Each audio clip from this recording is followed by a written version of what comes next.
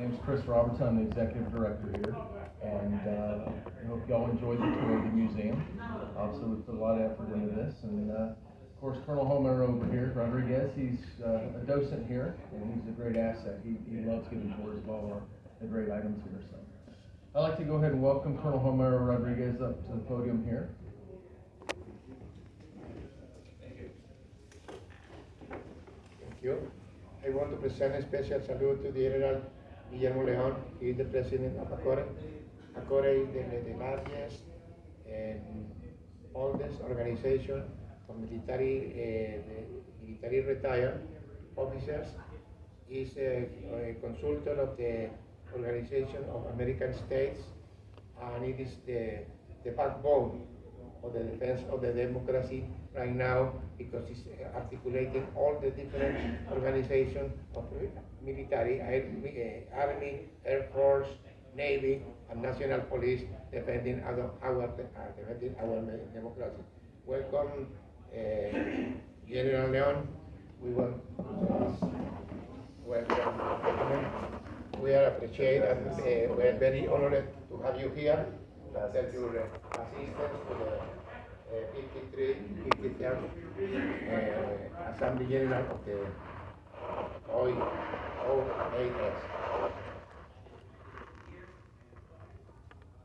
Now we make a invocation. Causa causarum.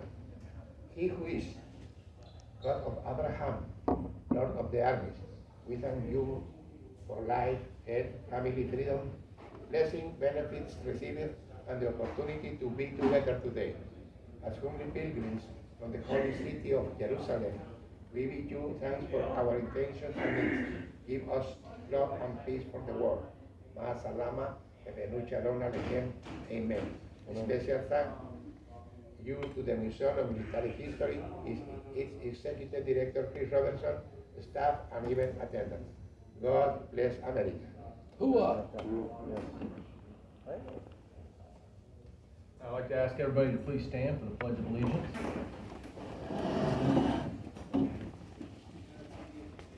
I pledge allegiance to the flag of the United States of America and to the republic for which it stands, one nation, under God, indivisible, with liberty and justice for all. Thank you.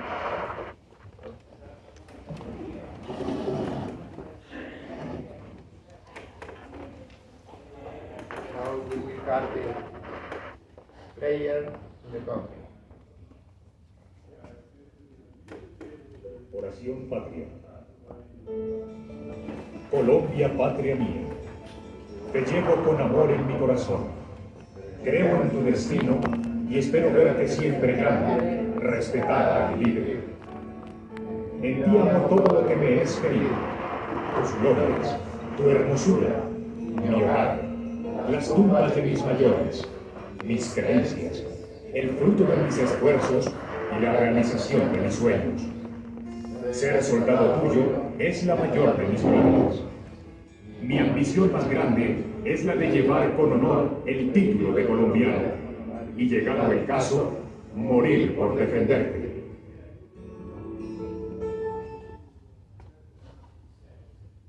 Now we will keep a minute of silence for the fallen.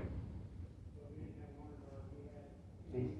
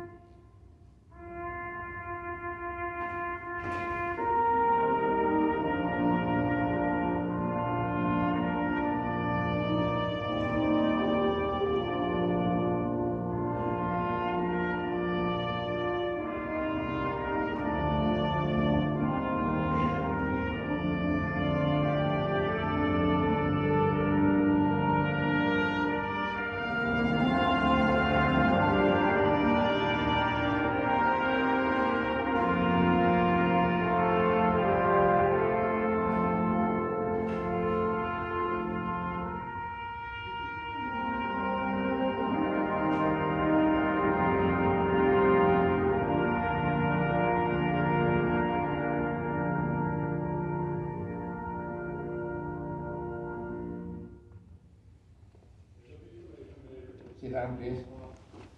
Now we have special remarks General León, Acorde Nacional President.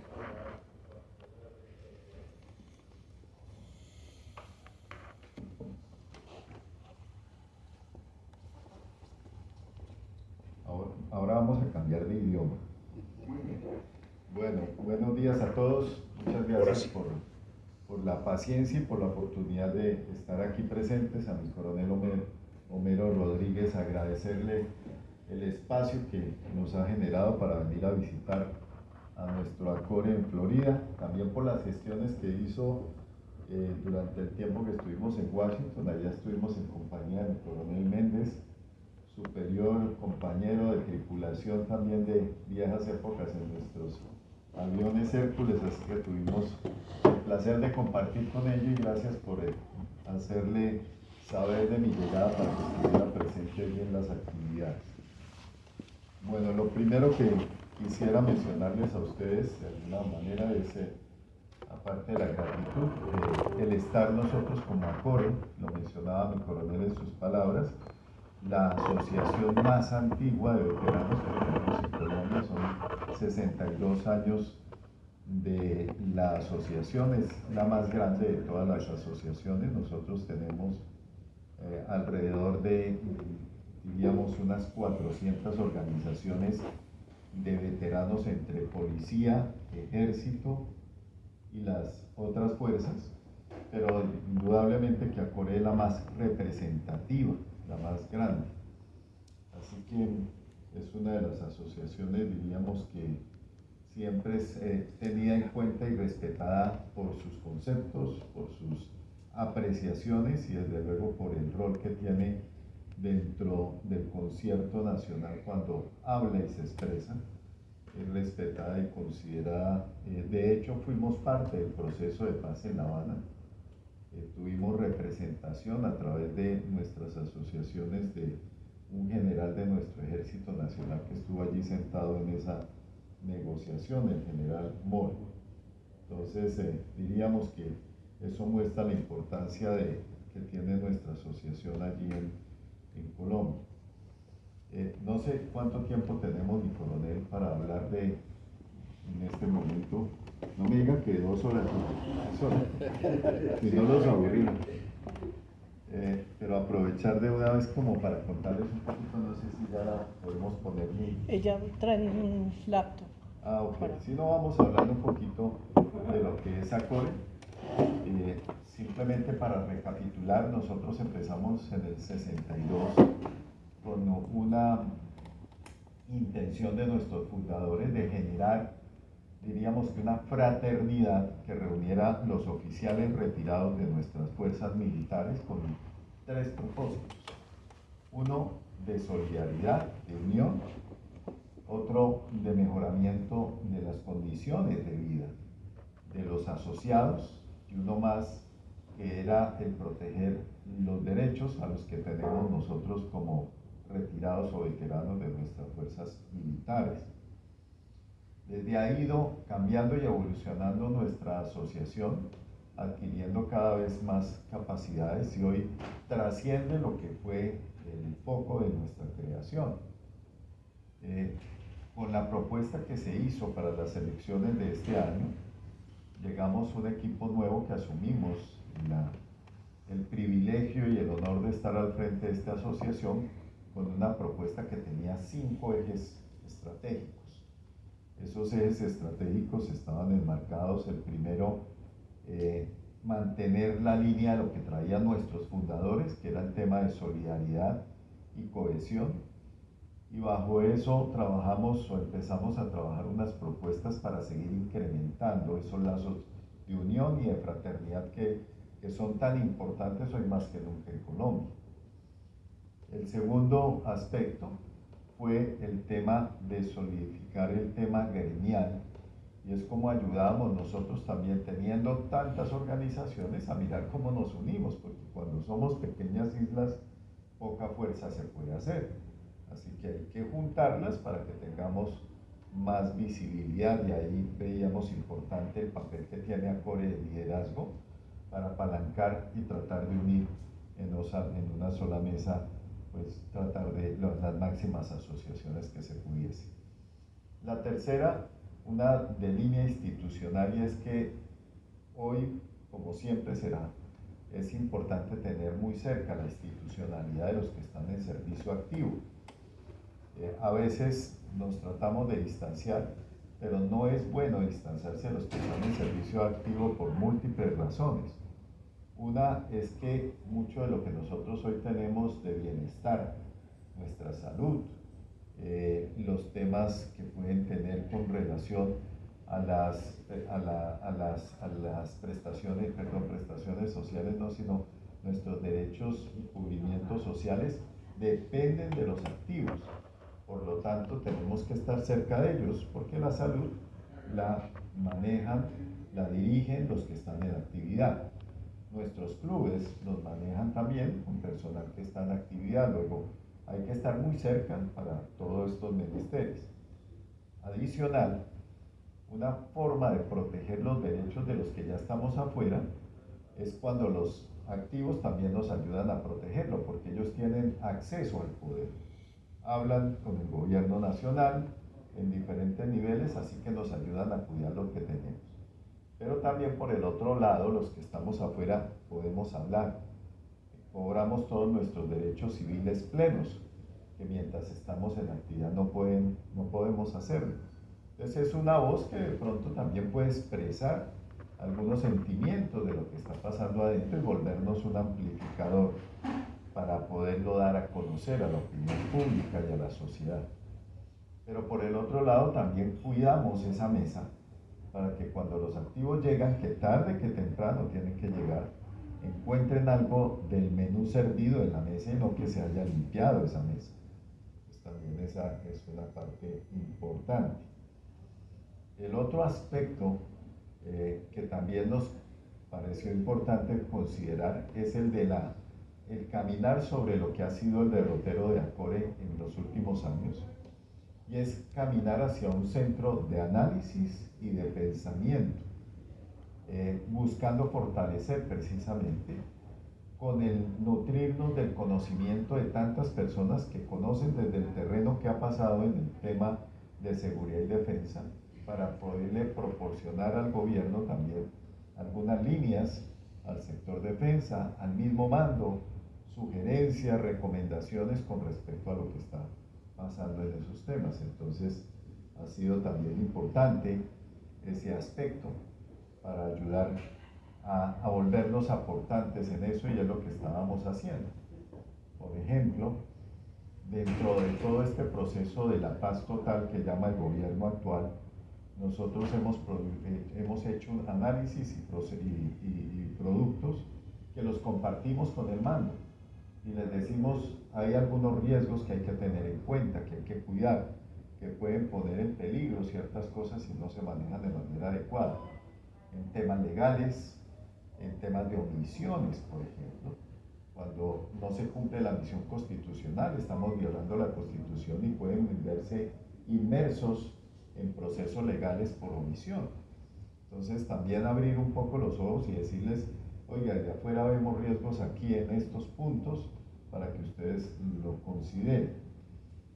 Igual hemos hecho con el Cuerpo de Generales y Almirantes, que es otra asociación en Colombia, unas mesas de trabajo donde estamos siguiendo todo el trabajo legislativo para poder detectar dónde encontramos en cada proyecto de ley que se presenta al Congreso riesgos hacia futuro. Entonces, cuando vemos, por ejemplo, una ley o una propuesta que está en camino en el Congreso actualmente, que es la 052 del año 22, que se llama las Guardias Campesinas, que es un proyecto de ley que presentó el Partido de los Comunes, que es el Partido de los Comunes, para que ustedes lo sepan, es el partido que crearon como producto del proceso de paz de La Habana con las FARC. Entonces, este proyecto obviamente es un peligro, porque lo que hace es legalizar las guardias campesinas, es decir, tenemos guardias indígenas, ahora vamos a tener guardias campesinas. Entonces, ahí es cuando detectamos riesgos y damos unas voces de alerta. trabajamos en el Congreso con algunos senadores para tratar de que nos ayuden en esa tarea cuando lleguen esos procesos y pasen su recorrido en el Congreso, que estén alerta y también cómo vamos a neutralizarlo para modificarlo o hundirlo para que el proyecto no llegue a feliz término. Entonces ese es un trabajo importante en ese sentido. Y hay una quinta línea estratégica que tiene que ver con el tema de cómo le damos sostenibilidad a la asociación, porque a veces nos dedicamos a mirar otras cosas, pero lo más importante es cómo sobrevive la asociación hacia el futuro. Y esto requiere ser eficientes en los usos del recurso que nos dan nuestros asociados, pero también mirar cómo empezamos a buscar otros recursos adicionales para no depender solamente de una cuota, sino cómo lo vamos a generar unas unidades de negocios que nos puedan permitir ingresos adicionales, y obviamente eso nos da más fortaleza para hacer más gestión. Entonces siempre buscando y redundando. Y en el tema de bienestar, pues hay un tema muy importante que es el tema de ABODE. No sé, mi coronel, si está abodado o no. Sí, Bueno, entonces, ABODE, creo que ayer hubo una reunión, no sé si pudo asistir mi coronel, donde estaba nuestro secretario general, el almirante Pablo Romero, explicando algunas modificaciones que se requieren hacer en el reglamento para poder ajustar y tener cómo tomar decisiones respaldado por un reglamento que esté actualizado, pero también preparándonos para la asamblea para presentarles cómo va a ser la propuesta final para darle viabilidad a un beneficio que en su momento se creó con unas expectativas y que hoy tenemos que tratar de garantizar que éstas se cumplan hacia el futuro.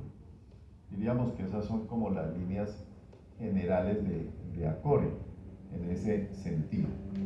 Ahora, por el otro lado, quiero contarles que nosotros desde hace un tiempo venimos con un proyecto que hemos llamado Mesa Púrpura, porque cuando uno está en el servicio nos enseñan cómo a tener unas líneas con respecto al sentimiento con nuestras fuerzas, nuestro sentimiento hacia cada una de las fuerzas a las que nosotros servimos, Ejército, Armada, Fuerza Aérea, Policía Nacional.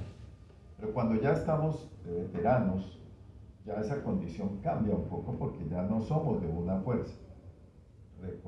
Recogemos nuevamente todos los derechos plenos que nos corresponden como ciudadanos, pero también tenemos que ver esa aproximación hacia las fuerzas de otra manera, y es que ya uno de veterano, no importa dónde sirvió, sirvió a la patria.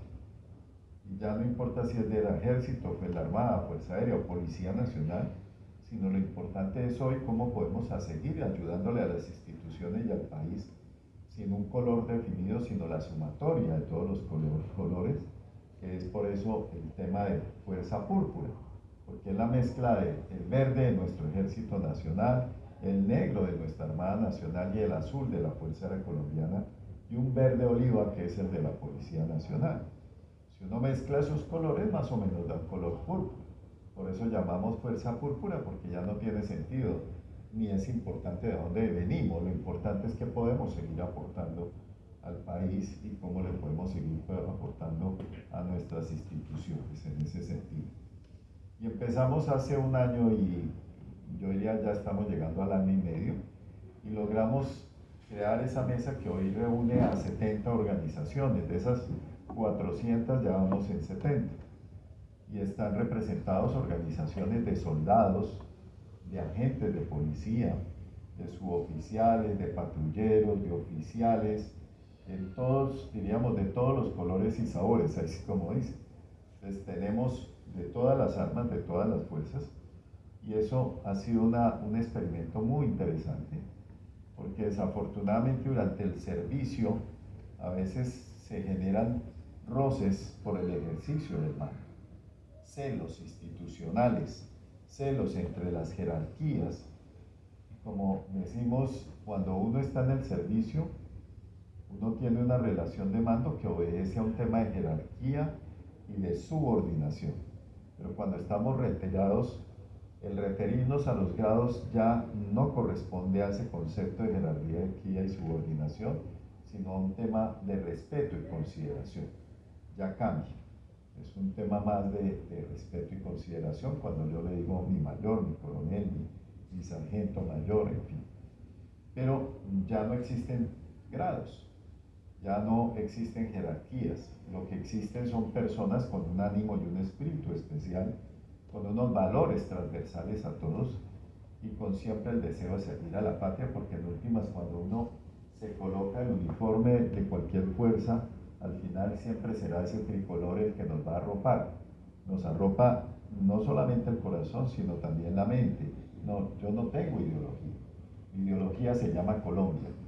Y mi intención es que el país prospere, lo mismo que todos los que habitan nuestra querida tierra, que prospere indiferente de su procedencia, su color o cualquier tema de distinción. Creo que eso es lo que nos debe albergar a nosotros, cómo logramos nosotros que nuestro país avance hacia adelante y no retroceda o vuelva a vivir épocas anteriores que no fueron muy buenas.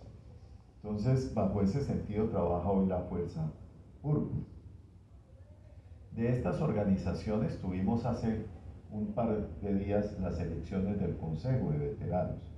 El Consejo de Veteranos en Colombia surge de una ley que se crea en el año 19, que es la ley 1979, que es la ley del veterano, que se sancionó durante el gobierno del presidente Duque y donde se le hace un reconocimiento a los veteranos de Colombia.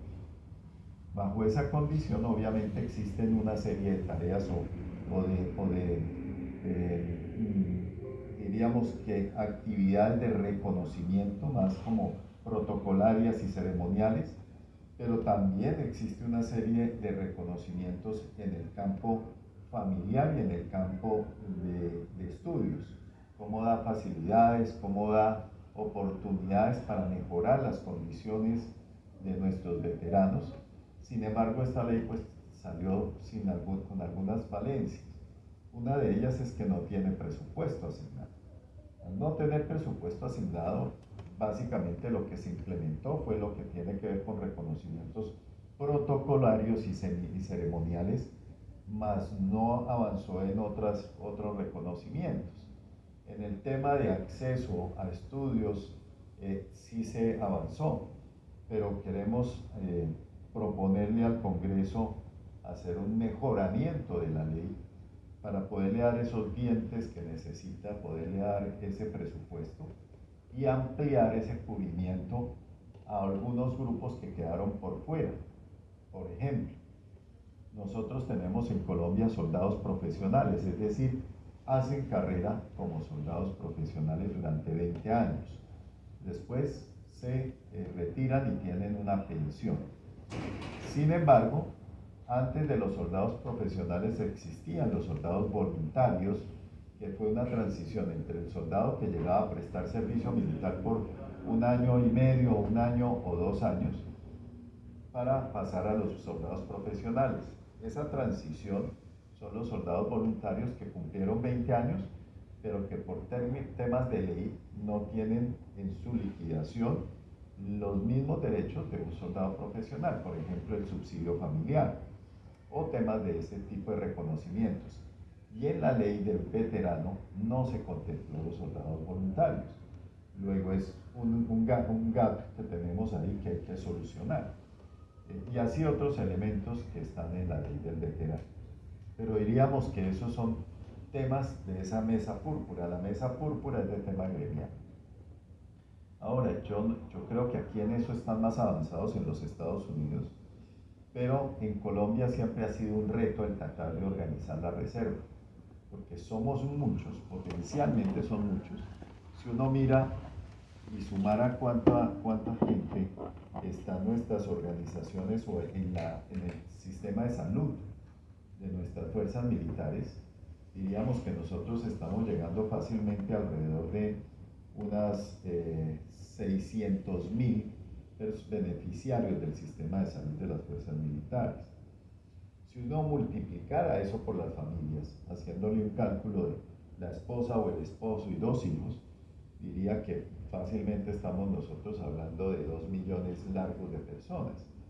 2 millones largo de personas en una elección que ganó el presidente actual con 11 millones de votos, quiere decir que esto es casi un 22%. O sea, tendría una capacidad de influir más en las decisiones políticas del país. El problema nuestro es que no estamos organizados. Entonces, la reserva en Colombia está dispersa. Discúlpenme, vamos adelantando aquí ya. Podemos ir adelantando las... Ah, la anterior. Ahí.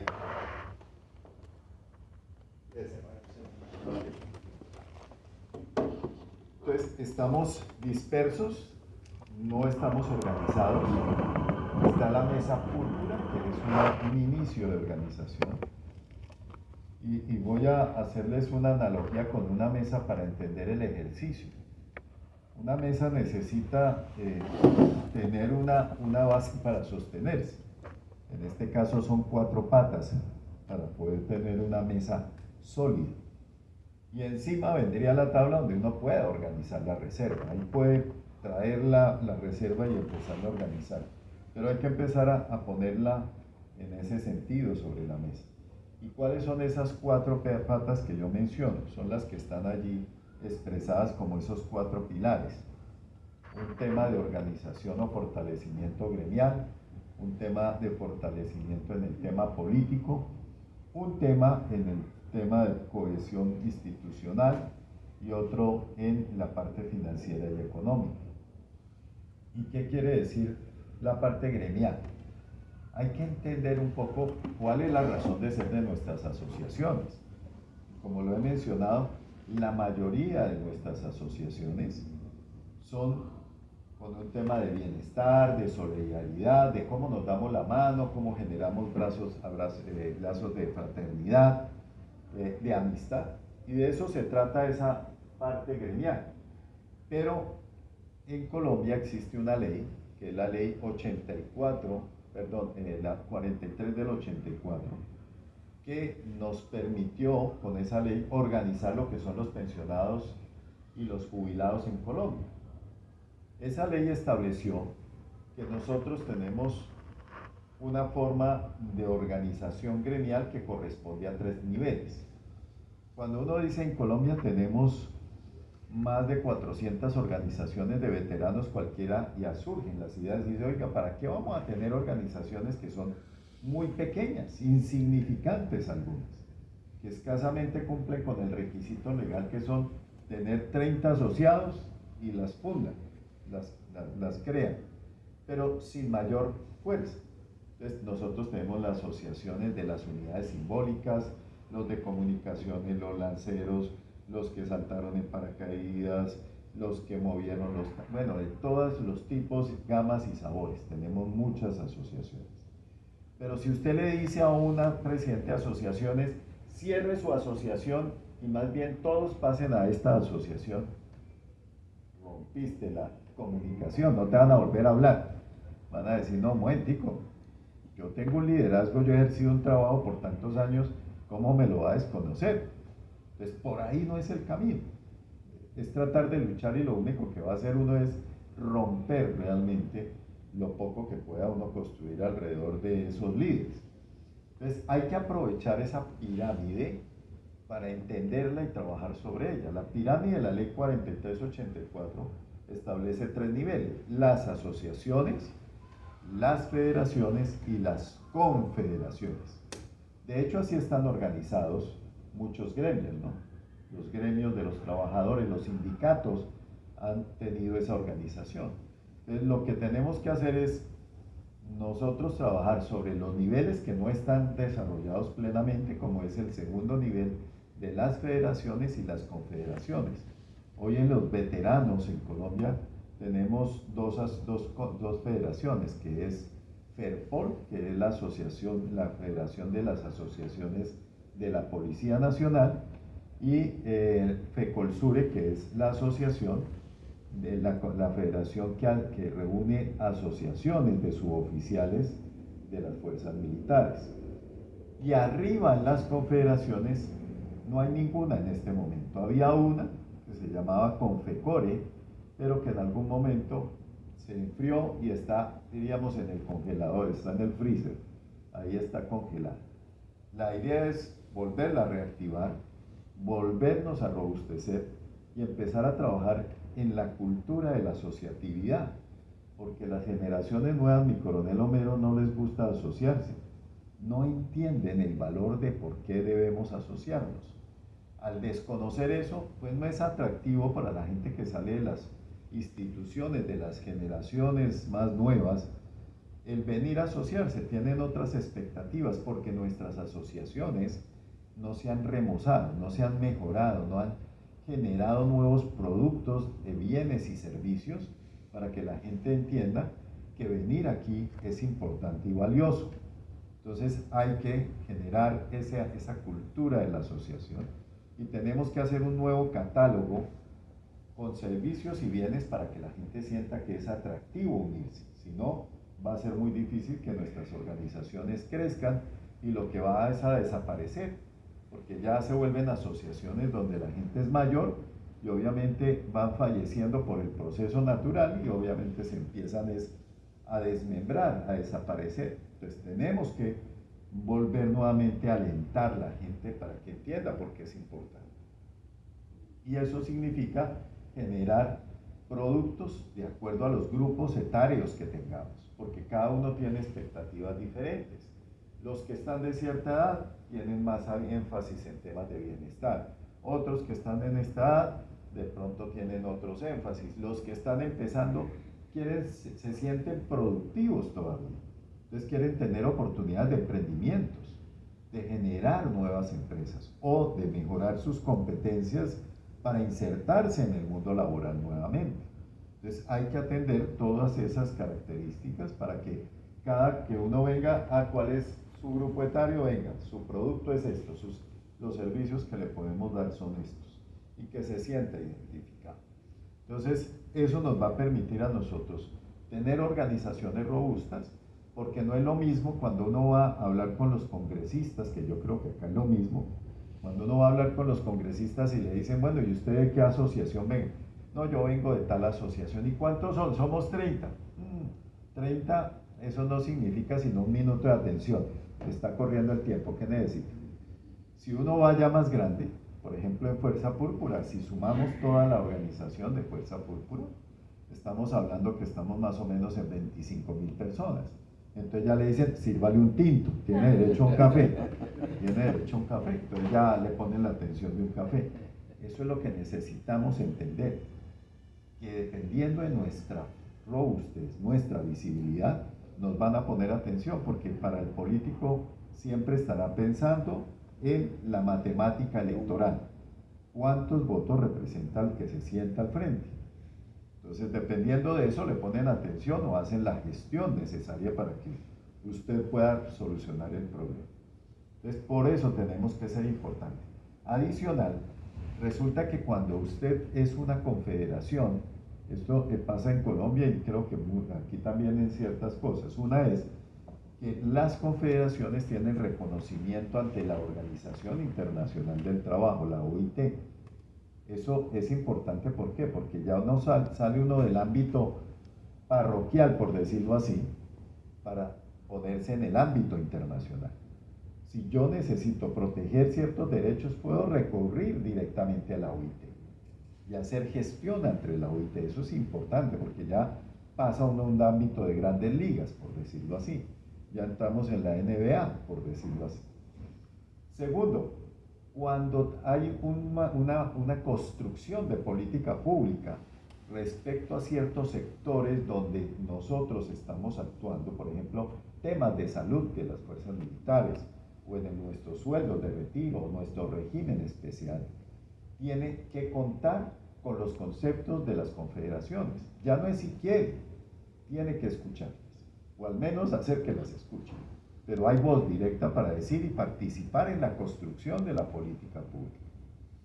Y el tercer factor es que en Colombia todos los años se hace una reunión para la discusión del aumento salarial. Y cuando llega a esas discusiones del aumento salarial, que este año se demoró un poco más, de hecho creo que acaba de llegar apenas el aumento de este año, vienen las discusiones donde se sienta el gobierno nacional, pero tienen asiento las confederaciones. Si yo no soy confederación, me toca quedarme en la tribuna esperando que jueguen el partido otro sin poder participar. En cambio, si yo ya soy confederación, puedo participar en esa discusión. Y en el caso nuestro, el aumento que viene para los empleados públicos se irradia al aumento que va a tener las fuerzas militares. Y nosotros, por construcción y como está en Colombia, tenemos un principio de oscilación, que es lo que le pase a los activos nos pasa a los retirados, estamos amarrados. Si le aumentan el sueldo a los activos, y eso es efecto cascada, a nosotros nos va a aumentar exactamente igual.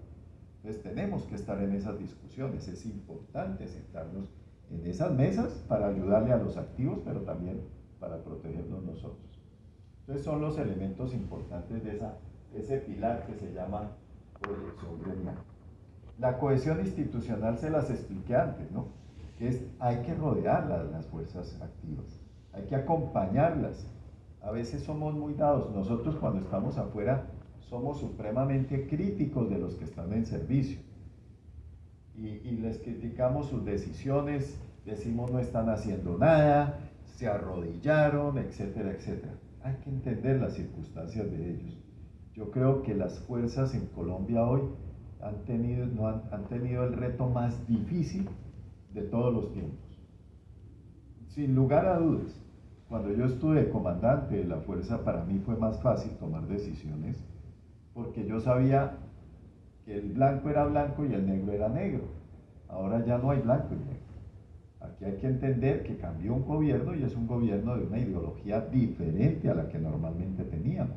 Pero es el gobierno nacional. Es el gobierno que escogieron la mayoría de los colombianos. Luego, ante eso, no podemos negarnos a una realidad y tenemos que entender eso para poder comprender. Decía Clausewitz, el gran pensador de la guerra, que uno tiene que entender la naturaleza de la guerra que está enfrentando. Pues eso es lo que nos toca aprender a nosotros. Tenemos que aprender que este es un gobierno y aprender a entender su racionalidad. Aquí esto es de método y no de fuerza. El general Sullivan, en los años 90 le pusieron la enorme tarea después de la guerra del desierto, de la tormenta del desierto, que tenía que hacer una reestructuración de las fuerzas militares y en particular del ejército de los Estados Unidos, porque ya no necesitaban las bases que tenían, el presupuesto era enorme que se iba para el tema de defensa y el gobierno federal el gobierno de los Estados Unidos necesitaba reducir esos costos para poder seguir funcionando. Y le pusieron la enorme tarea que tenía que valorar cómo estaba la estructura y hacer una reorganización que le permitiera a los Estados Unidos mejorar en términos de eficacia y de eficiencia. ¿Eso qué quería decir? Tenía que lograr mejores resultados, pero con menos cantidad. Y ese fue el gran reto. De esa experiencia le escribió un libro después, que escribió con otro autor, no recuerdo el que lo acompañaba, pero uno de ellos era el general Sullivan, y escribió La esperanza no es un método. Uno no puede esperar y confiar en que esto va a pasar. Tenemos que generar un método, generar una estrategia. Si no tenemos una estrategia, no vamos a cumplirla. Como decía Séneca, si uno no sabe a dónde quiere llegar, cualquier viento lo lleva. Entonces, tenemos que saber para dónde queremos llegar y cómo vamos a aprender nosotros a trabajar en ese sentido. Dicho eso, para decirle, tenemos que acompañar al mando que está hoy al frente de las fuerzas. Más que criticarlo, tenemos que acompañarlo porque sabemos el reto que tiene. Porque también tenemos que confiar en que ellos tienen una formación como la recibimos todos los que pasamos por nuestra fuerza, donde se construyó el criterio, se construyó la sabiduría, el conocimiento, la experticia para que ellos no vayan a ser inferiores al reto que hoy tienen al frente, sin salirse de la Constitución. No le podemos pedir a ellos que se salgan de la Constitución, lamentablemente, y esto no lo entienden muchos porque, claro, nos preocupa lo que está pasando, nos preocupa que haya llegado un gobierno que seguramente muchos no hubieran pensado que iba a llegar. Pero esto no se trata de actuar de cualquier manera, sino de empezar a entender, a usar, como decía por ahí Napoleón, vístame despacio, que estoy de afán. Entonces hay que entenderlo de esa manera, hay que entender estos mensajes de experiencias anteriores para aprender a manejarlo y es lo que les corresponde a ellos. Entonces, entendiendo eso, tenemos que acompañarlos, rodearlos, darles nuestro apoyo, darles nuestro consejo, no imponerlo porque a veces somos muy dados a decir, es que usted tiene que hacer esta cosa, no, eso, cada quien vive sus circunstancias.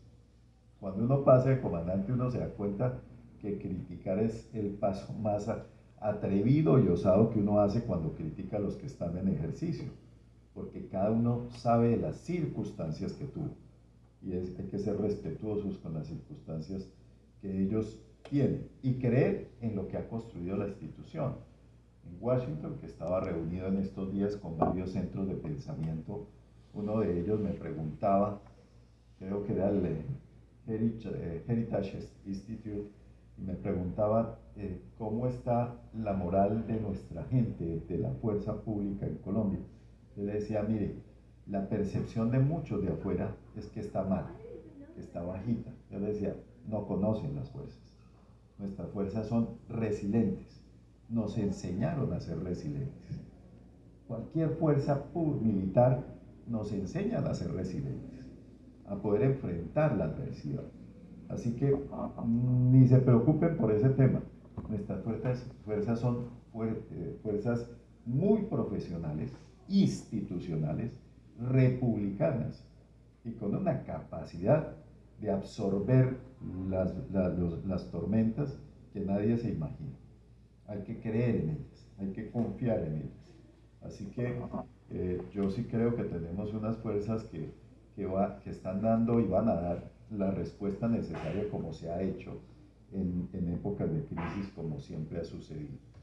Bueno, la otra patica que aparece ahí es la parte política, porque hay que entender los roles. Por eso, cuando uno pega las paticas de una mesa, ¿qué pasa?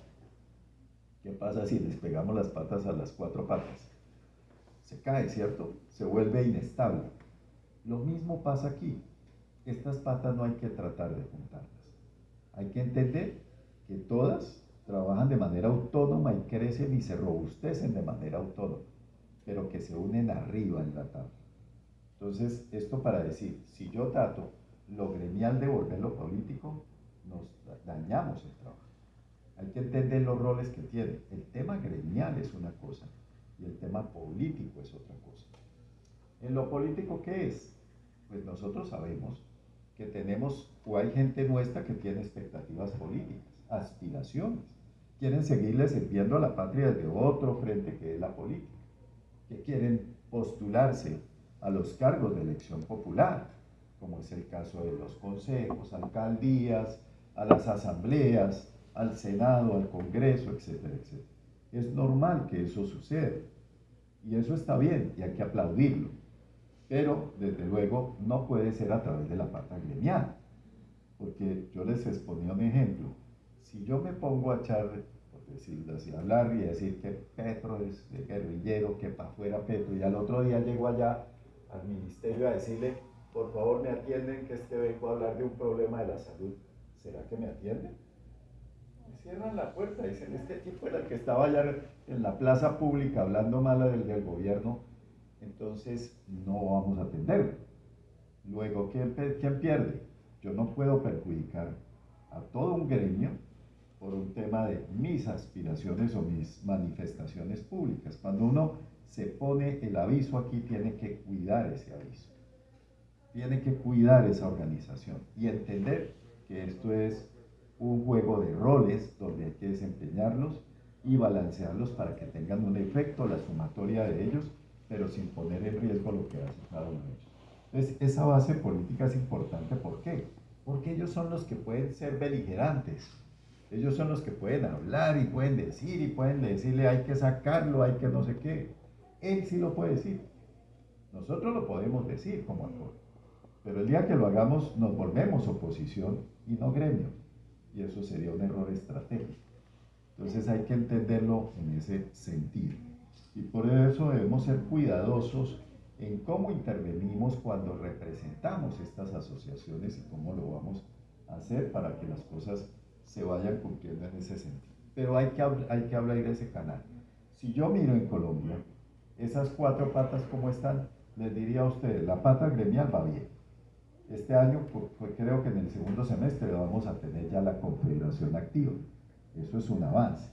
Entonces, estamos trabajando en eso, ese es nuestro propósito y creo que vamos bien en esa tarea. En el tema de la cohesión social, también es bueno. Diríamos que está bien.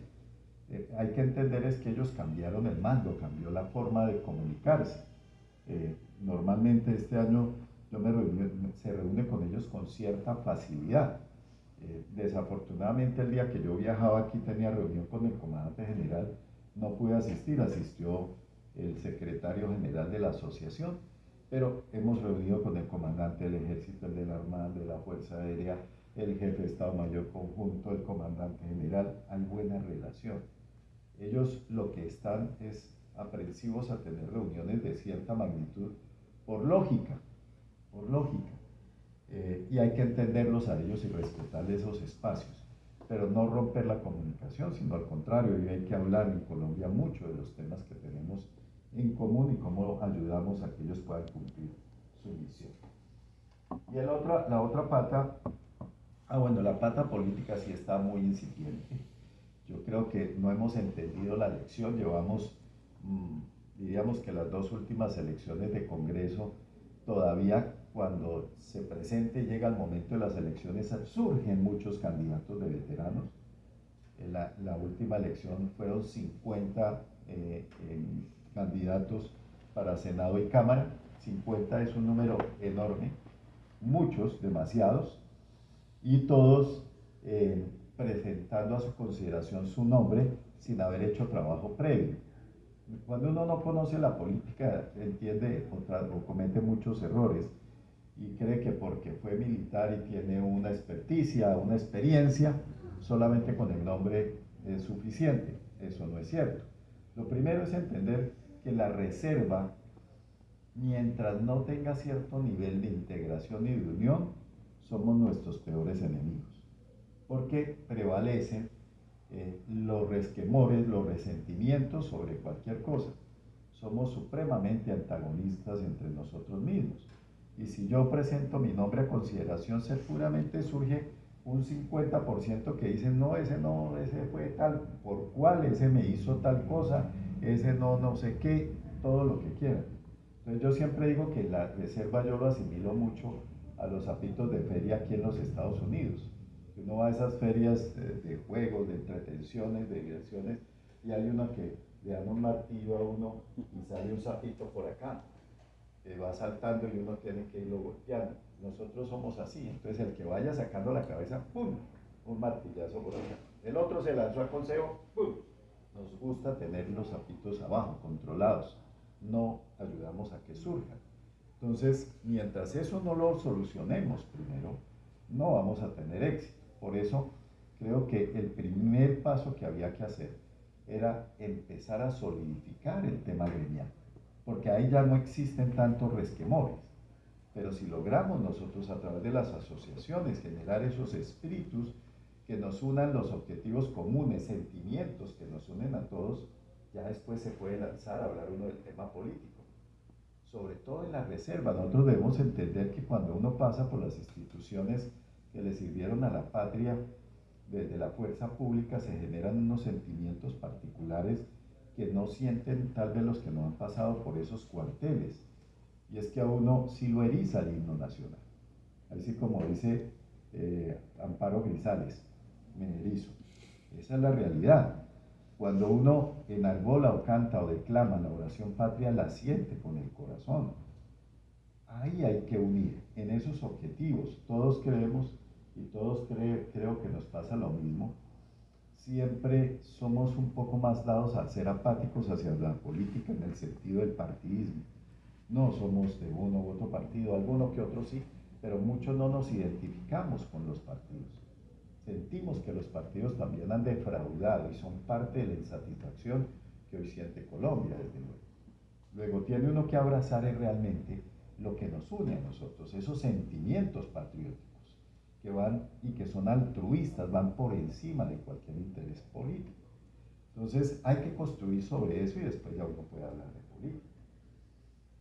Y la otra pata que nos falta ahí es el tema empresarial, y es que cuando uno se pone a mirar cómo funciona el tema político, el tema gremial, al final necesita uno esto, recursos. Hay que buscar recursos, hay que tratar de mirar cómo nos vamos alimentando y dándole viabilidad económica. Y resulta que dentro de la reserva no nos hemos dado cuenta que hay un sector productivo vibrante, dinámico, que está caminando. Tenemos MIPYMES, pequeñas empresas, medianas empresas, que no sabemos quiénes son, sino los ubicamos de manera dispersa, pues a ellos también hay que unirlos. Hay que traerlos a la mesa, identificarlos, mapearlos y saber que están ahí. Y cuando ya los tiene uno ahí sentados, entonces ya con ellos puede empezar a apalancar el tema político y el tema gremial. Entonces uno dice, ¿por qué no traemos a los empresarios, los identificamos, los invitamos a que nos acompañen? Y ellos son los que nos van a ayudar a que, si hacemos un buen proceso político, esos candidatos que tengan oportunidad en la reserva vayan a tener los recursos necesarios de hacer una campaña. Porque hoy en día el que se atreve a hacer una campaña a la reserva está apostando su carro, su casa, muy seguramente va a quedar endeudado, porque no tiene cómo hacer campaña, tiene que hacerlo con su bolsillo, no hay quien lo patrocine. Pero si logramos que nuestros empresarios nos apoyen, no que nos regalen plata, porque cuando uno dice venga para que ponga plata, nos ayude una donación, cierran todos el bolsillo, lo cosen, para que no se les vaya a salir el billete. Entonces hay que hacer una propuesta diferente, hay que traerlos y decirles venga, vamos a hacer lo siguiente.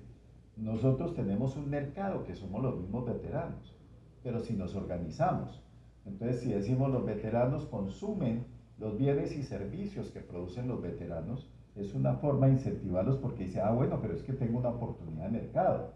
Listo, venga, miremos a ver cómo logramos eso. Dos, ¿por qué no creamos una cámara de comercio del veterano como se hizo acá en Estados Unidos? Acá hay cámara de comercio de veterano y hace gestión para crear oportunidades para las empresas de los veteranos. Entonces, ¿por qué no se hace eso? ¿Por qué no le logramos nosotros también meter a la ley del veterano beneficios tributarios para las empresas de los veteranos, por ejemplo? O que contratos, como también pasa aquí en los Estados Unidos, contratos o porcentaje de los recursos del presupuesto de contratación del Estado va para esas pequeñas empresas de los veteranos. Le da más puntos cuando empiezan a presentarse en esas propuestas. Entonces, ¿por qué no hacemos lo mismo? Eso hace que tengamos esa oportunidad de construir con experiencias de otros lados, como el caso de los Estados Unidos. Entonces, vemos unas oportunidades enormes y estos se van a reflejar en que cuando yo voy a hacer una campaña y hacemos algo similar a lo que se hizo en Fuerza Púrpura en su momento, que fue buscar dentro de los candidatos quienes tenían más oportunidad y apoyar y recomendarle a los veteranos que apoyáramos a eso. Cuando se hizo el ejercicio en las elecciones de marzo del año anterior, logramos identificar 4 veteranos que podían o tenían chance. No eran los mejores candidatos, siempre les decimos eso porque si no se vuelve un tema personal. ¿Cómo así que usted dice que este es mejor que yo? Si yo tengo... No se trataba de eso, sino de mirar quiénes tenían más oportunidad. De esos 4 salieron 2. Uno está en la Cámara, el otro está en el Senado. Entonces quiere decir que sí se puede, de alguna manera se puede apoyar. Hay que mirar es cómo lo hacemos, pero si yo le digo al empresario, listo, salieron estos de este proceso de análisis y estos son los candidatos que hay que apoyar, venga, ayúdenos, apalánquenos, denos la financiación. Y cuando venga la reposición de votos, en Colombia, cuando usted pasa el umbral, le van a devolver los votos, el gobierno le paga los votos. Entonces, cuando venga la reposición, le devolvemos la plata. Y fuera de eso, pues tiene un mercado y otras posibilidades, pues se van a animar y van a decir, listo, yo pongo plata y empezamos a apoyar nuestros candidatos. Entonces, eso para decir que hay oportunidades que se pueden hacer en ese sentido. Bueno, eso es básicamente, como dicen, lo que considero para poder organizar en esa mesa la reserva. Pero vuelvo y les digo, no podemos pegar las patas. Si uno trae el tema gremial al político, se desestabiliza la mesa y dejamos de cumplir la aproximación de lo que debe ser. Siguiente ayuda, Carlitos. Miremos aquí algunos, bueno, así es, esto es para contarles a ustedes un poco lo que significó el 10 de mayo, lo que pasó en la Plaza de Bolívar. Yo creo que el que hubiera convocado, a donde hubiera convocado, hubiera sido un éxito. Porque lo que pasó el 10 de mayo fue la acumulación de hechos que generaron un sentimiento en la reserva o en los veteranos compartido de indignación. Había una serie de eventos anteriores que empezaron a exacerbar o a acumular y que se necesitaba, como en la olla express, esa válvula que fuera el escape para expresar ese sentimiento que fue muy oportuno. Mencionarles a ustedes que esa expresión que se vivió el 10 de mayo y que fue muy emotiva por los eventos que se sucedieron, generó y tiene hoy creo que una segunda etapa que fue la marcha que pasó hace unos días, el 20 de junio nuevamente en Colombia, y la que viene el 19 de julio, que es el Día de los Héroes y sus familias. ¿Qué significa en cuanto al gobierno? El gobierno, dentro de su propuesta y sus estrategias, como ustedes lo han mencionado, lo han visto, se ha expresado a través de los balconazos. Nosotros le decimos los balconazos. Cuando el presidente sale y habla ya en un balcón allá de la Casa del Nariño, que ya lo ha hecho en 2 oportunidades o 3 oportunidades, 2 oportunidades le hemos puesto el balconazo. Y cómo ese balconazo ha sido, si uno se pone a analizar cómo ha sido la evolución de este gobierno en sus expresiones, puede entender un poco en qué estamos parados. Recuerden ustedes y empecemos. Este presidente en el discurso de posesión el año pasado, el 7 de agosto, habló en términos de reconciliación, de diálogo, de cambio. Indudablemente su propuesta fue de cambio. Los colombianos, no podemos negar, votaron por el cambio. Los 2 candidatos que llegaron a la segunda vuelta fue con propuestas de cambio. Tanto el ingeniero Hernández como Petro eran los que estaban proponiendo el cambio. Luego hay que entender que había una fatiga y un cansancio de los colombianos con lo que nosotros traíamos. No queríamos saber nada de lo tradicional ya los colombianos. Sentíamos que los mismos partidos ya no nos iban a dar la respuesta adecuada. Y esto creo que es una reflexión para países que de pronto no han llegado a esa circunstancia, y es cómo entender que los ciudadanos empiezan en el mundo a sentir una insatisfacción de sus líderes en el tema político. Cómo sienten que ellos ya no los representan, que no han sabido atender las necesidades expresadas a lo largo del tiempo, y cómo empiezan a buscar alternativas por lado y lado, tratando de sacudir un poco el juego y buscar ese cambio en otros lados. Si nosotros no entendemos eso y creemos que todavía podemos manejar la sociedad como la estábamos manejando hace unos años, estamos realmente abocados a que vamos a fracasar en ese sentido. Entonces, esto creo que fue importante entenderlo así. Segundo, el tema del presidente en ese discurso, hablando del cambio, fue la necesidad de atender necesidades insatisfechas de la sociedad y particularmente en los grupos humanos excluidos del avance y del progreso. Lo hablábamos contigo hace un rato. Como uno, si recorre a Colombia, Colombia en sí misma son muchas Colombias. La Colombia del progreso, la Colombia del avance, la Colombia del empuje, del bienestar, que está normalmente en los cascos urbanos grandes, de las ciudades grandes, pero también encontramos la Colombia que no tiene oportunidades, la Colombia que no tiene acceso a todos los bienes. Y desafortunadamente el no entender que existen varias Colombias hace que cuando se aproxime la gente o los políticos también hagan unas propuestas que de pronto no atienden o cubren todos los colombianos. Creo que eso es importante, así sean minorías. yo creo que esa insatisfacción se va manifestando de otras maneras y va a llegar a tocar las mayorías. Entonces, cuando vienen los balconazos, es cuando el presidente empieza a presionar por los cambios que él había propuesto, su fórmula. Ahora, yo les digo una cosa, realmente cuando el presidente Petro dice es que yo estoy cumpliendo el deseo de las mayorías, él se equivoca. Esa narrativa no es cierta. Y no es cierta, ¿por qué? Porque resulta que Petro salió elegido con 11 millones de votos. Los segundos que quedaron, que no votaron por él, fueron 10.300.000. La diferencia fueron 700.000 votos. En números redondos, 700.000 nomás. Pero hay un dato que no menciona. Entonces, claro, él dice, en una democracia gana la mayoría, sea por 1, sea por 20, o sea por 1 millón o 2 millones, no importa, es mayoría. Eso es cierto, esa es la regla del juego. Pero cuando uno va a hacer los cambios, tiene que entender otras realidades. Y es que la abstención en Colombia fue de 17 millones. O sea, fue superior a los votos que ganaron. Casi que le gana a las dos, por los que votaron. Si estamos hablando de 17 versus 21, la diferencia fueron 4 millones. Entonces, si uno suma los que no votaron por él, 10 más 17 son 27 millones de colombianos. Y estamos haciendo los cambios por 11 millones de colombianos.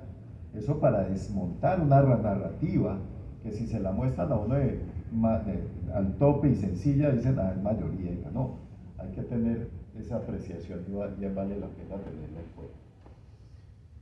Pero dicho eso, cuando él empieza, el gobierno logra 3 cosas importantes para que un gobierno sea, en cualquier parte del mundo, sea exitoso.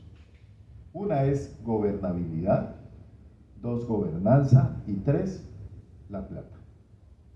En una semana armó la gobernabilidad.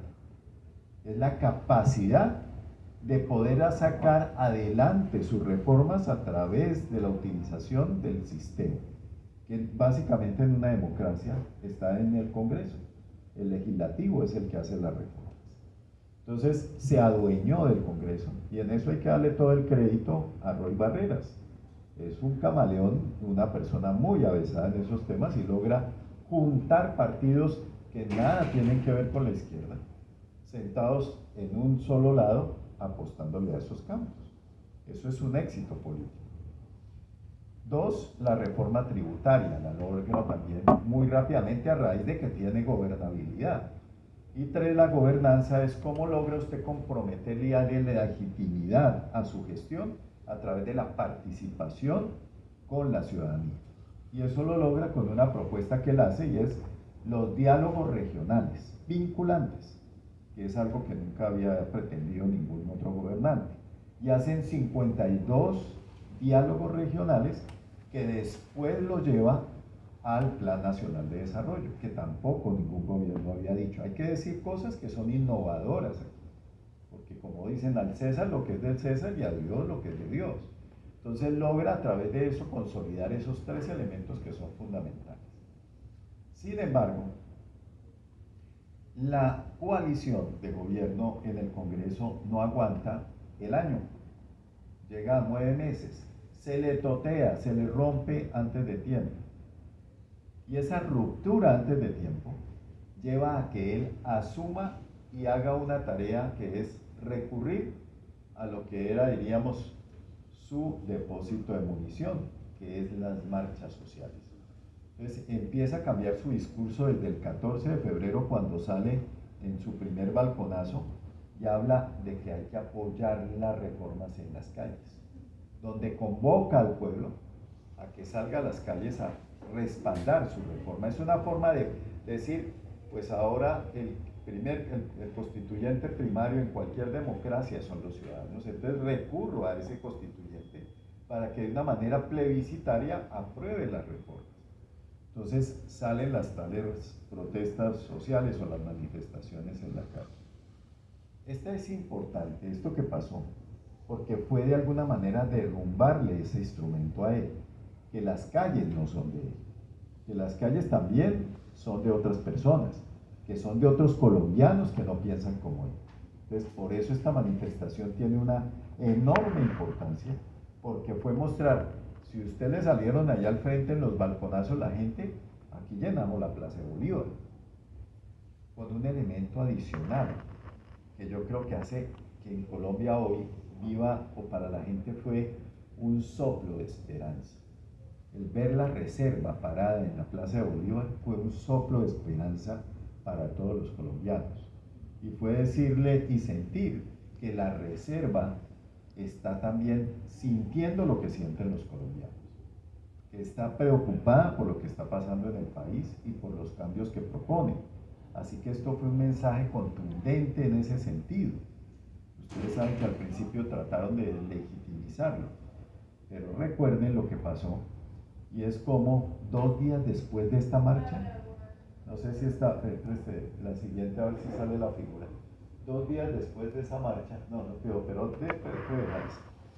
sale el presidente muy, así como la poesía de Rafael Pombo, muy tieso y muy majo, bien peinadito, no como él sale normalmente, con su vestido con corbata, hace una locución de 8 minutos en un lenguaje diferente al que normalmente había hecho en sus alocuciones en el balcón, conciliadora, invitando al diálogo, invitando al cambio, había que avanzar, cambió su lenguaje. Eso para mí fue muy diciente porque mostró cómo lo impactó esa marcha, esa concentración que hubo el 10 de mayo. Y eso muestra que para él fue un tema de alerta que tenía que mirar cómo lo manejaba y lo minimizaba. Diríamos que eso no le duró mucho, porque Petro es una persona radical, muy tosuda, muy terco en su forma de pensar y en su ideología. Y eso le duró un mes para nuevamente hacer el 7 de junio una marcha en la Plaza de Bolívar y en una esquina, en una tarima, nuevamente vuelve a su discurso tradicional. Discurso tradicional que siempre es de polarización, es decir, guerra de clases, los ricos versus los pobres versus los ricos, donde nuevamente sataniza a los empresarios. Los culpables de la pobreza en Colombia son los empresarios que explotan, que le quitan el dinero a los demás. Habla de los banqueros, el sector financiero en Colombia.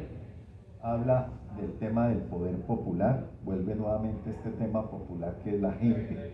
Yo me debo a lo que la gente quiere y voy hasta donde la gente quiera.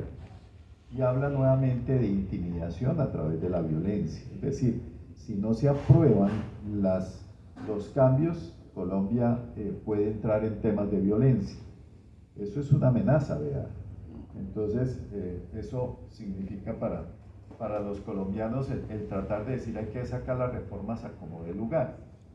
Ustedes saben que en Colombia tenía el presidente Petro varias reformas que eran claves. La reforma a la salud, la reforma pensional, la reforma salarial, laboral, pensional y de la salud, y la reforma política. De estas y la reforma tributaria, se logró la reforma tributaria, la salud ya se hundió, la laboral está que se hunde, la pensional es donde más, diríamos, hay receptividad en el Congreso, es posible que esa salga, y la política todavía no la han jugado. Se acaban creo que terminaron ya las sesiones extras del Congreso, es decir, lo que se aprobó y lo demás se va para archivo. Entonces diríamos que todas esas reformas no le han salido. ¿Qué viene? Yo creo que en el caso de Petro es una persona tosuda, vuelvo e insisto. Él va a buscar de alguna otra manera seguir empujando los cambios, pero el gobierno de Petro tiene una función y un propósito que va a ser su objetivo y es el de la paz. Se la está jugando toda por la paz total, en la que ahora le dice paz integral. Sin embargo, yo soy poco optimista. Yo creo que toda iniciativa, como lo he mencionado, en aras de buscar la paz en Colombia es bienvenida, porque todos queremos la paz. Llevamos 6 décadas inmersos en este conflicto. Yo nací en el conflicto y me voy a ir de este mundo y quisiera uno que Colombia no estuviera en el conflicto. Pero la realidad es que el tema no es sencillo como quisiera. Creo que la propuesta es audaz, la del presidente, pero como digo, es una buena idea mal implementada. Es una buena idea mal implementada, porque todos queremos la paz. El tema es cómo lo vamos a lograr. Entonces, bajo ese concepto, el presidente va a tratar de sacar la paz a como de lugar. O sea, si las reformas no le salen, la paz tiene que salir y por eso está apostando, pero está apostando de una manera arriesgada. Es decir, yo siento que es como el jugador de Las Vegas que ya está desesperado y ha perdido tanto que ya bota todo, sin pensar, sin calcular. Y yo creo que estamos en algo similar. Y no le va a salir por varias cosas. Una es que el ELN es una organización muy compleja. Mirar el ELN como si fueran las FARC es un error estratégico. Es no entender la naturaleza del enemigo. Y el ELN es muy fuerte políticamente, a diferencia de las FARC. Y eso lo hace todavía mucho más difícil. Con el ELN llevamos más de 5 procesos truncados de paz. Nunca se pudo avanzar mayor cosa, no se ha podido avanzar. Y pues, la excepción, no sé si esta vaya a ser la excepción, pero no es un hueso fácil de roer.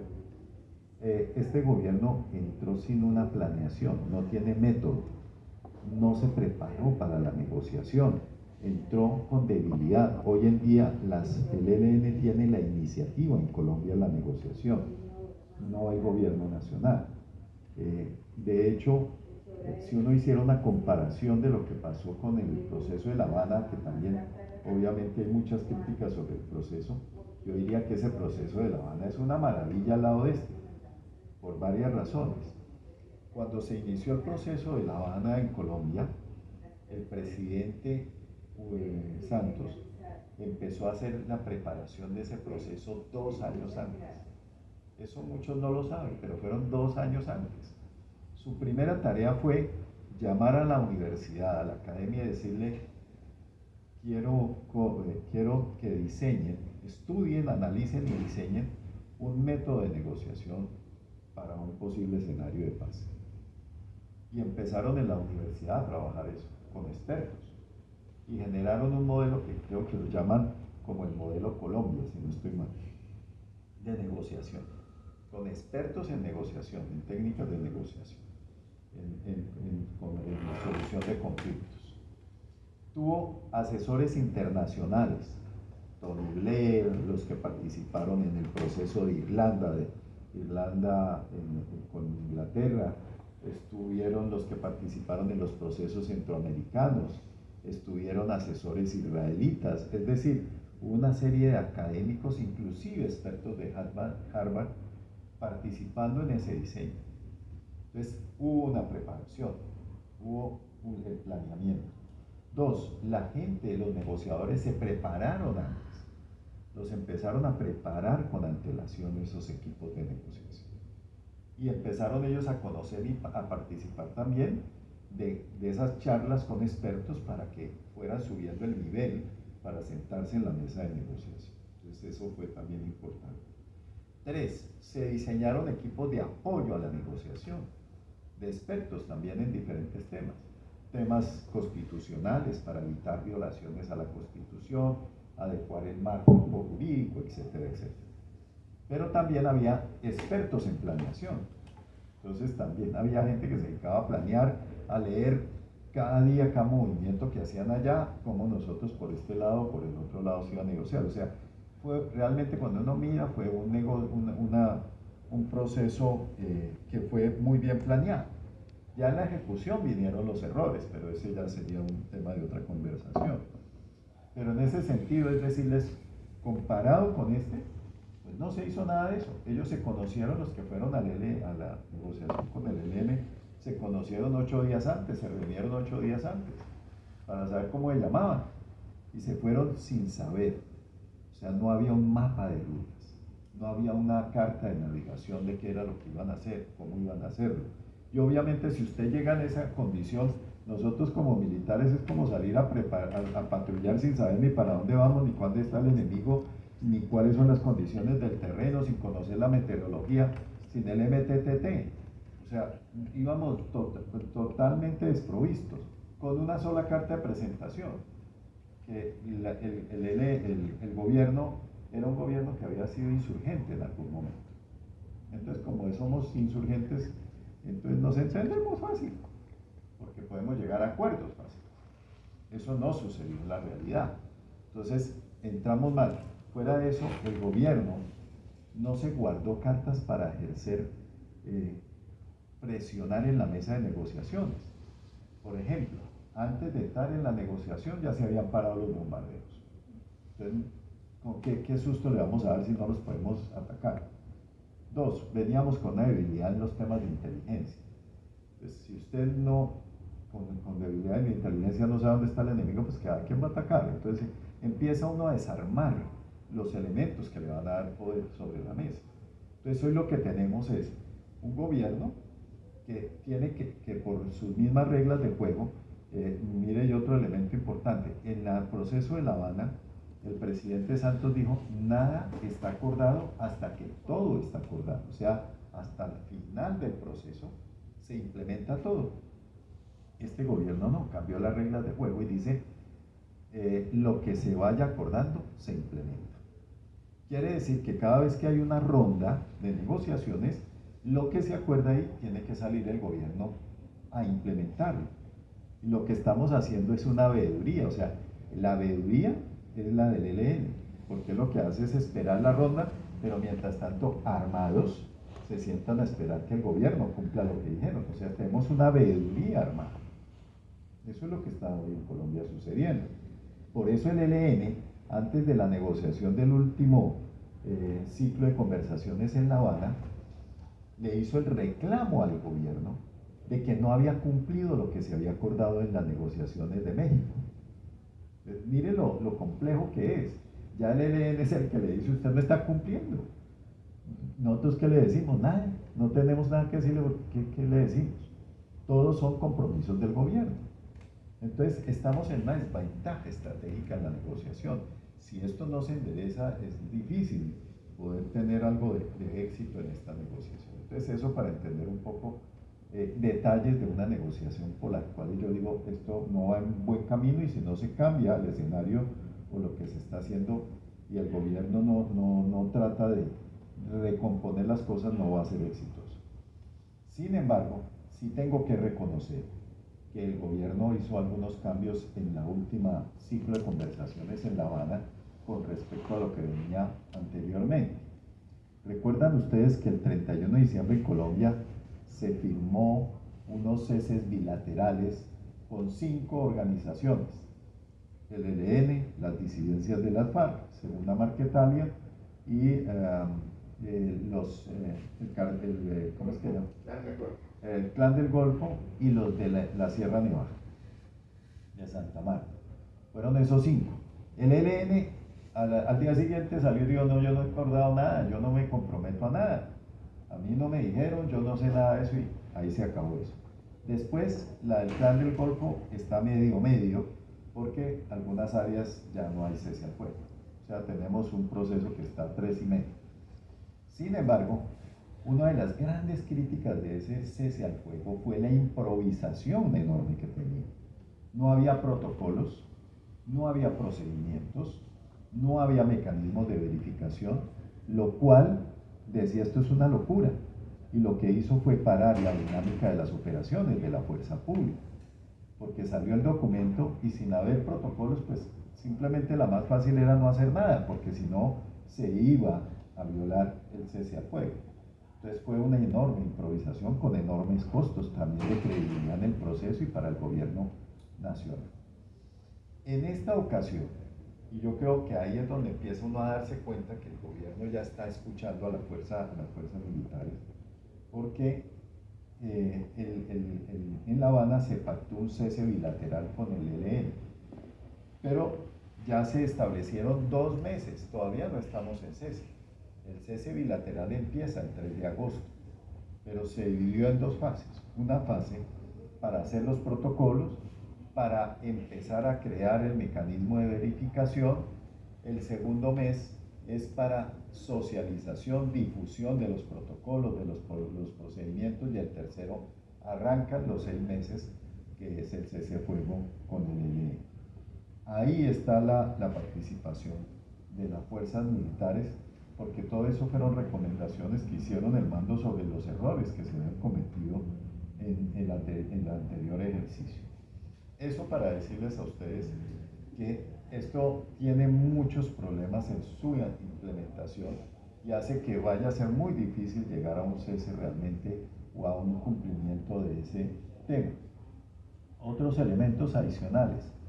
Cuando uno mira, son 5 negociaciones simultáneas que tiene que llevar a cabo el gobierno. 5 mesas de trabajo, donde si no quitamos o no mantenemos la centralización, va a ser complejo. Rueda, que es el consejero de paz, es el que está en cabeza de todas las negociaciones. Pero no es lo mismo negociar con el ELN que con las disidencias, que con la segunda Marquetalia, que con las bandas criminales. No es lo mismo, son diferentes. Entonces, una sola cabeza tratando de negociar en 5 mesas al tiempo, eso no se ve sino en las simultáneas de ajedrez, ¿no? Usted pone 30 mesas y un gran maestro allá juega con aficionados, pero aquí no son aficionados los que están al frente. Entonces, no puede uno manejar una negociación en ese sentido. Tiene que descentralizarlas, o si no, eso no va. Hay que establecer unos equipos de negociación del gobierno también para cada mesa. No pueden ser los mismos negociadores allá, Oti Patiño, y los demás tienen que ser otros. Entonces, mientras eso no esté avanzado, no creo que vayan a avanzar mucho en ese tema. Por otro lado, pues uno lo que pensaría es la credibilidad del mismo proceso. Acuérdense que el gobierno se había comprometido que ahí va a haber diálogos políticos, pero también diálogos jurídicos, no conversación, sino sometimientos, que es diferente.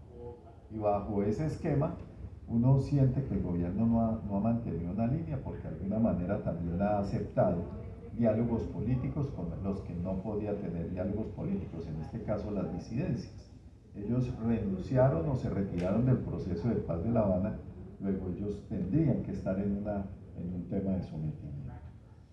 Bueno, esos son los temas como para darles un overview de lo que está pasando allá con esta situación de mi coronel Homero.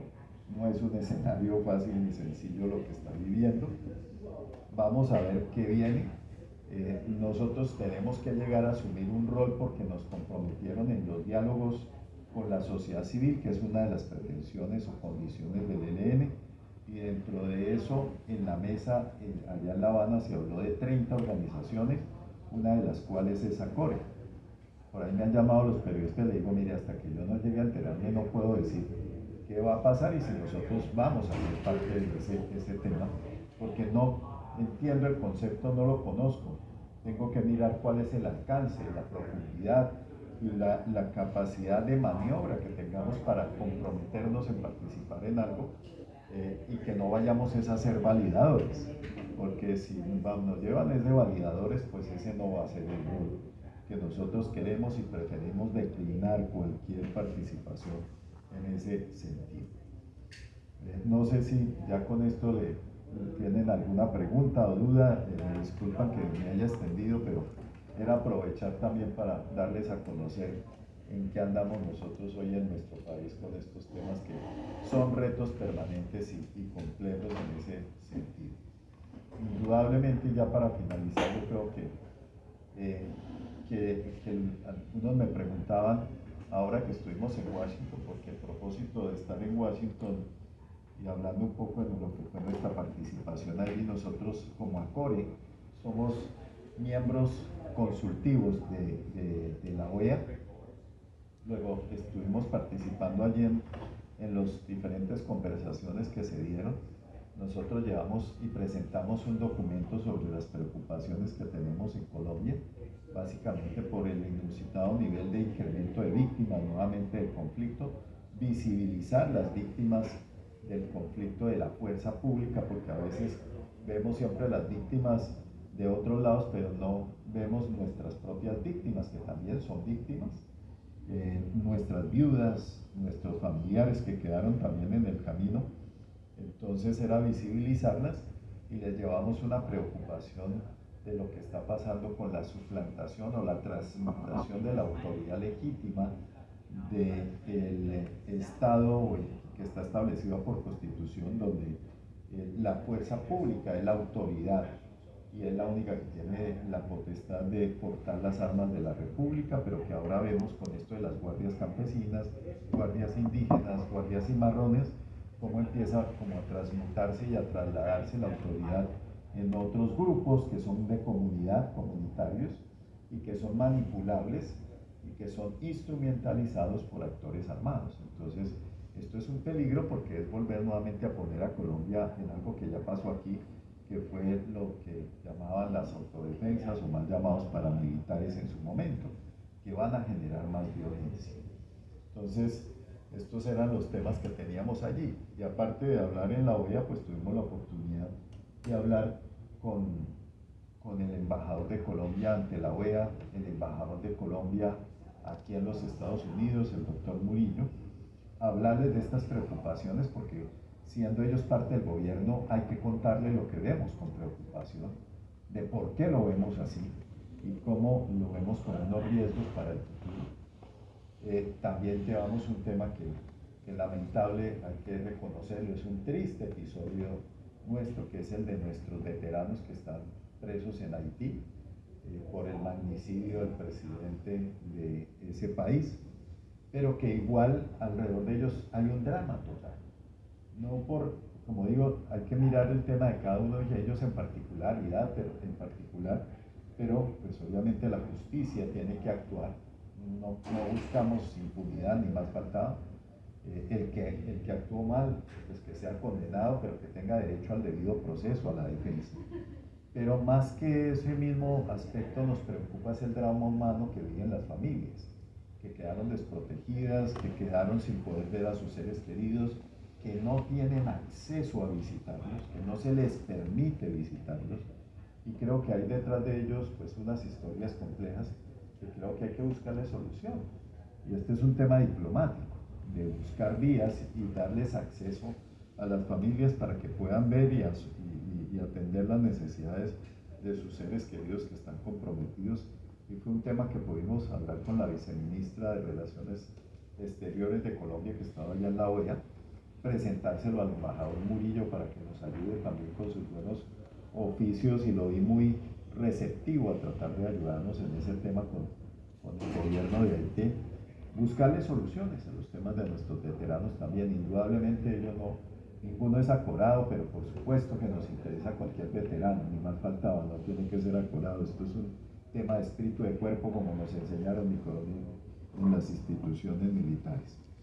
Entonces, ese es un tema que estamos también trabajando, pero también aprovechamos para hablar con los principales centros think tanks en Washington. Estuvimos en el Instituto Perry, estuvimos en el Heritage, estuvimos también con WOLA, que es un centro de pensamiento de izquierda, pero hay que hablar con los que piensan diferente, ¿cierto? Si nosotros hablamos con nosotros mismos, pues no hacemos nada. Hay que hablar con los que piensan diferente, mostrarles una visión y por qué nosotros vemos las cosas así, y ellos también que nos compartan por qué ven las cosas así, y al final se da uno cuenta que tenemos cosas en común, o que a veces están mal informados y se aprovechan un poco de ello otras personas para tratar de dibujar unas realidades.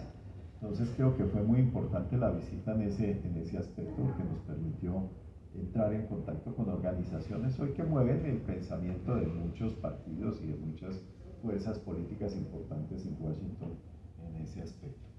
Bueno, así que muchas gracias, mi coronel, por el espacio, y a todos ustedes por la paciencia y habernos escuchado en este momento.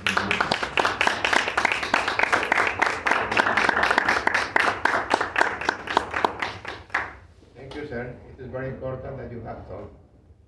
And most important that we have here many people that have access to the U.S. government, to the Congress, and they need to know what is happening really in Colombia. Because if they switch the TV, CNN or Caracol, they are only receiving lies. Thank you so much for the information. Continuing with our program, we want to say thank you so much to Stephanie, our consul in Orlando. He's a friendly force. He's a friend of the military forces, and she during all his work gave a special support for veterans, for Actores, and for all the veterans and the Colombian, and she has wonderful relationship with the government of the United States. We want to say thank you, Stephanie. Appreciate your service.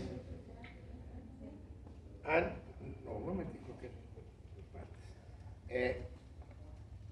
you have the military forces in your heart. We have you in our head. Please, sir. Thank you very much. For me, And so, right now, we want that you have near to your head our chair. The representatives of all the military, the veterans of Colombia.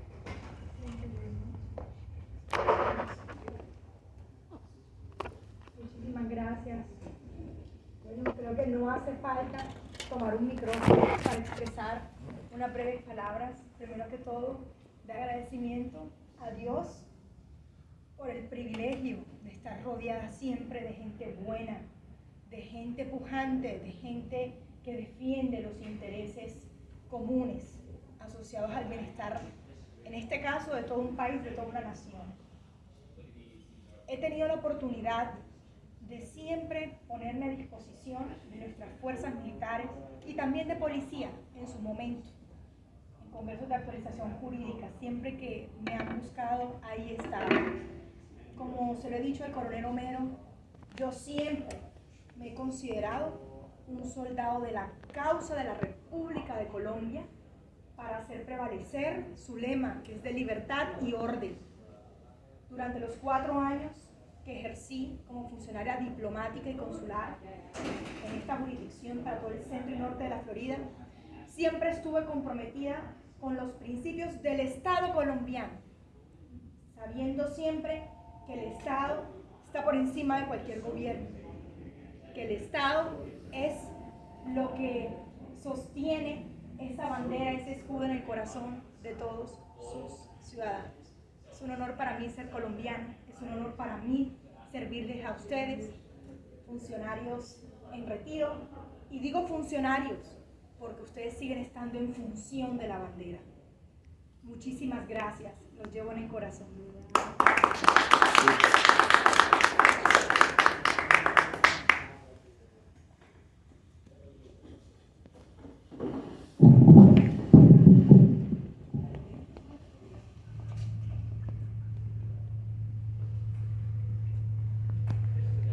Queremos hacerle entrega de un detalle que fue elaborado, pintado por Homero Daniel. Es un detalle. Muchísimas gracias.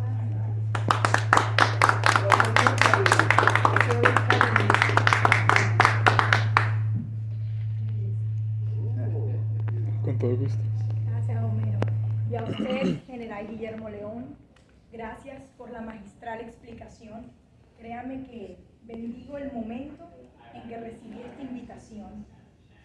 Bendigo el momento en que usted está acá, porque cada uno de los que presenciamos esa explicación vamos a ser multiplicadores. Y cuente también con nuestra disposición desde cualquier rincón en donde estemos para apoyarlo a usted en su gestión como presidente de ACORE, en su intención como ciudadano colombiano y en cualquier otra misión que Dios lo lleve. muchas gracias. A usted. I want to also to recognize a guy, a soldier, counter-guerrilla, that have contributed a lot with ACORE in all the different activities. También Carlos Gómez.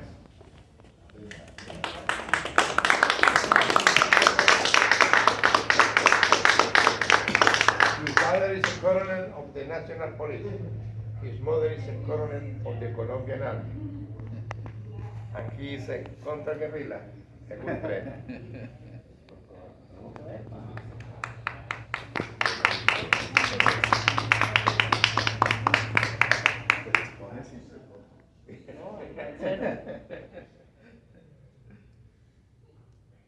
Oiga, muy merecido.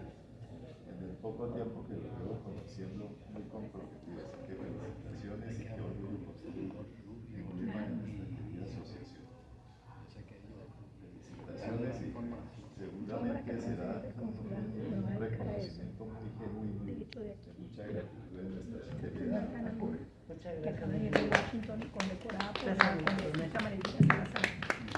And the last one, the ACORE is